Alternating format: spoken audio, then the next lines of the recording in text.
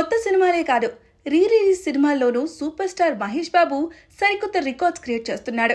తాజాగా కలేజా సినిమాను గ్రాండ్ గా రీ రిలీజ్ చేశారు. త్రివిక్రమ్ దర్శకత్వం వహించిన ఈ సినిమా 2010లో ప్రేక్షకుల ముందుకు రాగా బాక్సాఫీస్ వద్ద కమర్షియల్ గా డిజాస్టర్ గా నచ్చింది. కానీ ఆ తర్వాత ఈ మూవీ ఫ్యాన్స్ తో పాటు ప్రేక్షకులు కూడా తెగ నచ్చేసింది. దీంతో కలేజాకు కల్ట్ క్లాసిక్ స్టేటస్ ఇచ్చేశారు. ఇక మూవీని రీ రిలీజ్ చేయాలని ఎప్పటి నుంచో ఫ్యాన్స్ అడుగుతుండగా సూపర్ స్టార్ కృష్ణ బర్త్డే సందర్భంగా మే 30న వరల్డ్ వైడ్ గా రీ రిలీజ్ చేశారు. ప్రస్తుతం ఈ సినిమాకు అదిరిపోయే రెస్పాన్స్ వస్తుంది.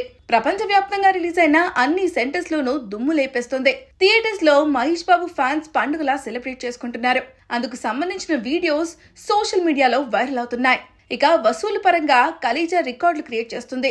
తొలి రోజు ఏకంగా 6 కోట్లకు పైగా గ్రాస్ కలెక్షన్లను రాబట్టినట్లుగా చెప్తున్నారు. దీంతో తెలుగు రీ రిలీజ్ సినిమాల్లో తొలి రోజు అత్యధిక కలెక్షన్లు సాధించిన మూవీగా పవన్ కళ్యాణ్ గబ్బర్ సింగ్ తర్వాత కలేజా నిలిచింది. కానీ యుఎస్ మార్కెట్ దగ్గర ఆల్ టైమ్ రికార్డ్ క్రియేట్ చేసింది. ఏకంగా $80,000 కి పైగా వసూలు అందుకుని ఆల్ టైమ్ రికార్డ్స్ క్రియేట్ చేసినట్లుగా యుఎస్ కలేజా డిస్ట్రిబ్యూటర్లు చెప్తున్నారు.